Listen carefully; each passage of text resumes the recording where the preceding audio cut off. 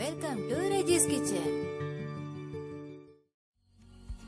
Hi, എല്ലാവർക്കും നമസ്കാരം. ഇന്ന് ഞാൻ നിങ്ങൾക്ക് പരിചയപ്പെടുത്താൻ പോകുന്ന റെസിപ്പി ഒരു 4 മണി പലഹാരമാണ്. ഞാൻ ഇവിടെ ഉണ്ടാക്കുന്നത് കടല വടയാണ്. നമ്മുടെ ഈ കറുത്ത കടലയില്ലേ, അതുകൊണ്ടുള്ള ഒരു വടയാണ് ഉണ്ടാക്കാൻ പോകുന്നത്. അതെങ്ങനെ ഉണ്ടാക്കുന്നതെന്ന് നോക്കാം. അതിനാവശ്യമുള്ള ഇൻഗ്രീഡിയൻസ് എന്തൊക്കെയാണെന്ന് നോക്കാം. ഞാൻ ഇവിടെ കടല ഒരു 1.5 ഗ്ലാസ് കടല ഞാൻ ഇവിടെ വെള്ളത്തിൽ കുതിർത്തിയിട്ടിട്ടുണ്ട്.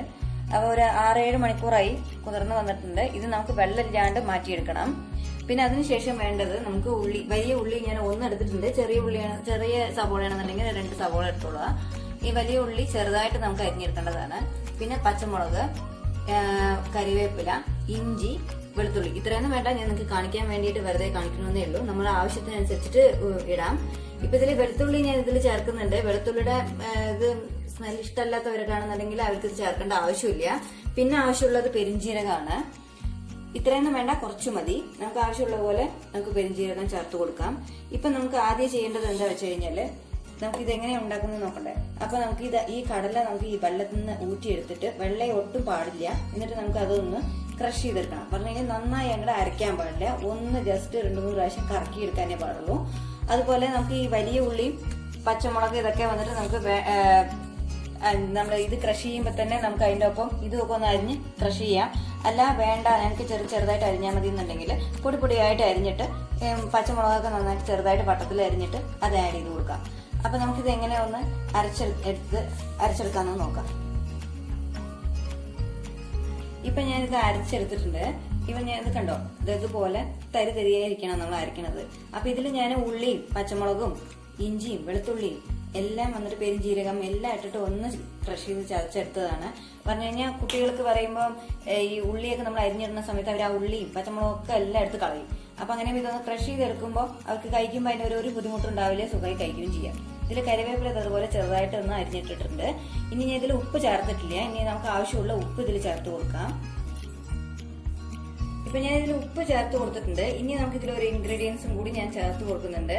അത് നമ്മൾ സ്പെഷ്യലായിട്ട് ഞാൻ അതൊന്നും പറഞ്ഞില്ല. അത് നമുക്ക് ആവശ്യമുണ്ടെങ്കിൽ ഓപ്ഷണലാണ് കേട്ടോ. ഇതിട്ട് കൊടുക്കുക. അരിപ്പൊടിയാണ് ഇട്ട് കൊടുക്കുന്നത്. ഇത് 2 ടീസ്പൂൺ അരിപ്പൊടി ഇട്ട് കൊടുക്കുന്നുണ്ട് ഞാൻ. അരിപ്പൊടി ഇട്ട് കൊടുക്കുമ്പോൾ നമുക്ക് നല്ല വട വന്നിട്ട് നന്നായിട്ട് ക്രിസ്പി ആയിട്ടുണ്ടാവും. കുറെ നേരത്തേക്ക് ക്രിസ്പി ആയിട്ടുണ്ടാവും. മറ്റേത് നമ്മൾ ആ വട ഇടുന്ന സമയത്ത് ആദ്യം കുറച്ച് നേരം ഉണ്ടാവുള്ള, ചൂടാറി കഴിഞ്ഞാൽ വേഗം അങ്ങോട്ട് തണുത്ത് പോയി കഴിഞ്ഞാൽ ക്രിസ്പിയൊക്കെ പോകും. അപ്പൊ നമുക്ക് ഈ കുറച്ച് അരിപ്പൊടിയും കൂടി ചേർത്ത് കൊടുക്കുന്നെങ്കിൽ നല്ല ക്രിസ്പി ഉണ്ടാവും. പിന്നെ നമുക്ക് കയ്യിൽ തട്ടിയിടുമ്പോൾ നമുക്ക് കയ്യിൽ ഒട്ടാതെ കിട്ടുകയും ചെയ്യും. ഈ ഒരു നനവുണ്ടാവും. നമ്മുടെ ഈ കടലയിലെ ഒരു ചെറിയൊരു നനവുണ്ടാവും. പറഞ്ഞ് നമ്മൾ കുറെ നേരം വെള്ളത്തിലിട്ട് വെക്കണതല്ലേ, അപ്പൊ ഒരു നനവുണ്ടാവും. അപ്പൊ ആ നനവില്ലാതിരിക്കാൻ വേണ്ടിയിട്ടാണ് നമ്മൾ അരിപ്പൊടി ചേർത്ത് കൊടുക്കുന്നത്. ഇത് വേണമെന്നുണ്ടെങ്കിൽ ചേർത്ത് കൊടുത്താൽ മതി, നിർബന്ധമൊന്നുമില്ല. ആവശ്യമുണ്ടെങ്കിൽ ചേർത്ത് കൊടുത്താൽ മതി. ചേർത്ത് കൊടുത്താൽ കുറച്ചും കൂടി നന്നായിട്ട് നല്ല ക്രിസ്പി ഉണ്ടാവും.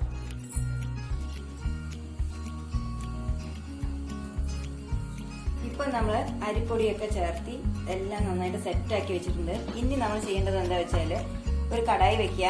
കടായി വെച്ച് നല്ല എണ്ണ ഒഴിച്ചിട്ട് എണ്ണ നന്നായി ചൂടാവട്ടെ. അപ്പോൾ നമുക്ക് അപ്പോഴേക്കും നമുക്ക് ഇതൊന്ന് ബൗളാക്കി റെഡിയാക്കാം.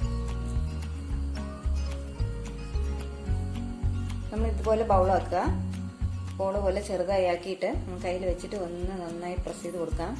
സൈഡ് ഒന്ന് ഇതാക്കി കൊടുത്താൽ മതി. നമുക്കിനി കുറച്ചും കൂടി വട്ടം വേണമെന്നുണ്ടെങ്കിൽ വട്ടം ആക്കാം കേട്ടോ. ഞാനിതപ്പോൾ എത്ര ചെയ്യുന്നുള്ളൂ. ഇതുപോലെ ഒന്ന് നന്നായിട്ട് തട്ടിക്കൊടുക്കാം. ഇനി നമുക്കതൊന്ന് കടായി ചൂടായി വന്ന ശേഷം നമുക്ക് എണ്ണയിലിട്ട് കൊടുക്കാം. നമുക്കിപ്പോൾ എണ്ണയിലിട്ട് കൊടുക്കാം.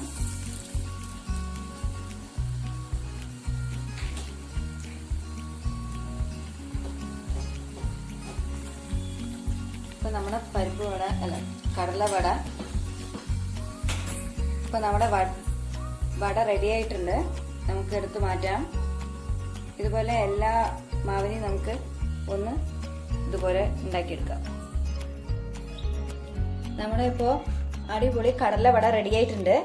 എല്ലാവരും ഈ റെസിപ്പി ട്രൈ ചെയ്ത് നോക്കണം. വളരെ നന്നായിരിക്കും. ഇപ്പൊ നമുക്ക് മാസം നമുക്ക് റേഷൻ കടയിൽ കിറ്റ് കിട്ടുന്നുണ്ടല്ലോ അല്ലെ, അതിലൊക്കെ ഓരോരോ കിലോ കടലയും കിട്ടുന്നുണ്ട്. ഇതൊക്കെ നമ്മൾ എന്താ ചെയ്യുക? അപ്പൊ ഇതുപോലെ അടിപൊളിയായിട്ടുള്ള റെസിപ്പികളൊക്കെ ഉണ്ടാക്കി നോക്കുക. ഇനി ഇതേപോലെ പുതിയ ഈ കടല കൊണ്ടുള്ള റെസിപ്പികളൊക്കെ ഞാൻ ഇനിയും വീഡിയോയിൽ അപ്ലോഡ് ചെയ്യാം. എല്ലാവരും കാണണം. ആരും മിസ് ചെയ്യരുത് വീഡിയോ ഒന്നും. ഇത് എല്ലാവരും ട്രൈ ചെയ്ത് നോക്കണം. വളരെ നന്നായിട്ടുള്ള ഒരു സ്നാക്സ് ആണ്. എല്ലാവർക്കും ഇഷ്ടാവും. താങ്ക്